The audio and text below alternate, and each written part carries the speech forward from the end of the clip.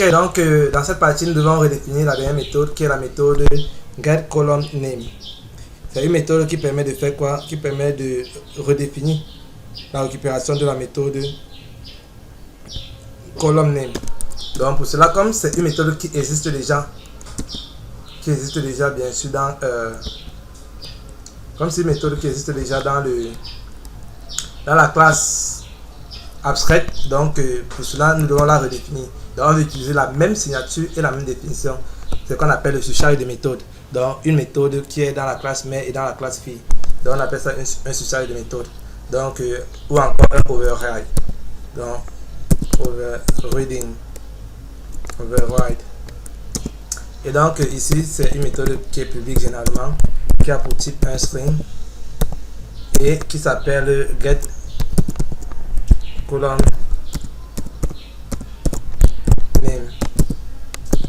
Et généralement les paramètres, lorsque vous êtes en train de faire une redéfinition de méthode, les paramètres varient. Donc je sais que vous le savez déjà parce que vous avez déjà fait le coup de l'orienté objet, on a déjà fait ensemble bien sûr.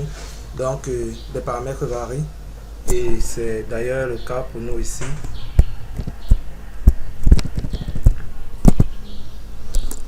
Voilà, donc ici qu'est-ce que nous aurons comme paramètre? Nous aurons la colonne puisqu'on veut redéfinir la colonne. Donc ici on doit redéfinir la colonne, donc on doit prendre un entier qui va nous donner la position de la colonne. Colonne name, donc c'est comme ça que nous devons l'appeler index, donc l'index de la colonne, le nom de l'index de la colonne. Et par la suite maintenant qu'est-ce que nous devons faire? Nous devons essayer de cry. Alors maintenant bien sûr n'oublions toujours pas notre cache SQL parce qu'on va utiliser le requêtes SQL exception. Voilà, system.r.print e.get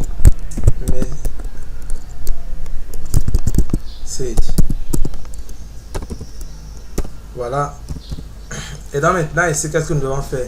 Donc ici nous devons retourner le résultat de la requête, donc de notre tableau que nous avons récupéré. Mais qu'est-ce que nous devons faire? Nous devons récupérer les metadata. Donc nous récupérons les metadata et nous récupérons cela à la position getColumnName, puisque c'est une redéfinition. Donc on peut utiliser le getColumnName de la classe par défaut. Donc getColumnName. Lui il est censé prendre quoi? En réalité il est censé prendre, comme vous pouvez le voir ici, une position quelconque. Et donc la position quelconque ici, nous on va préciser que c'est la position quelconque à la position plus 1. Et pourquoi à la position 1? Forcément vous vous posez la question et vous avez le droit. Parce qu'en réalité si on revient là, nous on veut retourner quoi?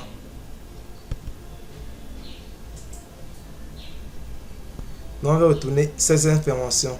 Donc comme on veut redéfinir notre tableau, on veut que notre tableau prenne le nom, le nom, le matricule, le nom, le surname, le level, le sexe. Donc c'est ça qu'on veut. On veut redéfinir ça comment? On veut que ici, donc ici au lieu de titre 1 ça redéfinit. C'est pour ça que vous avez entendu que on veut prendre les colonnes. Donc dans la première colonne à la position plus 1 on va prendre quoi? On va prendre le titre, on va changer en math, on va prendre ceci, on va changer en name, surname, sexe. Il y a 4 champs, donc ici je dois augmenter un autre champ. Bon ça n'arrange pas, ça va convertir seul quoi, ça va augmenter. S'il faut, il faut que ça augmente, ça va augmenter. Donc c'est un peu ça qu'on veut faire là. Donc j'espère que vous avez compris et nous pourrons donc continuer. Donc ici on me dit qu'il y a une petite erreur avec le print. Ok, donc maintenant comme la méthode est censée retourner un string, donc une chaîne de caractères, donc qu'est-ce que nous devons faire? Nous devons donc tout simplement retourner notre chaîne de caractères. Donc CTRL Z,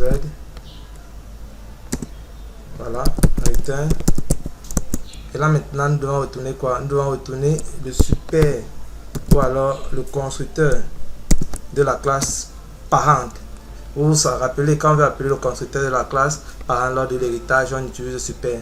Quand on veut appeler son propre constructeur, on utilise quoi? On utilise 10. Donc, je vais maintenant appeler le constructeur de la classe parent. Et puis, je vais maintenant qu'il fasse quoi? Il m'appelle la méthode colonne name sur chaque index. Donc, index à la position 0, index à la position 1, et ainsi de suite, ainsi de suite, ainsi de suite. Donc, tout est automatique, c'est la communication entre les objets. Donc, mes objets vont communiquer et puis elles vont permettre que je puisse avoir un bon résultat. Donc, ici, elle va commencer par enregistrer. Et là, bam, comme par magie, vous devez voir, ces erreurs vont disparaître. Et par la suite, ici aussi.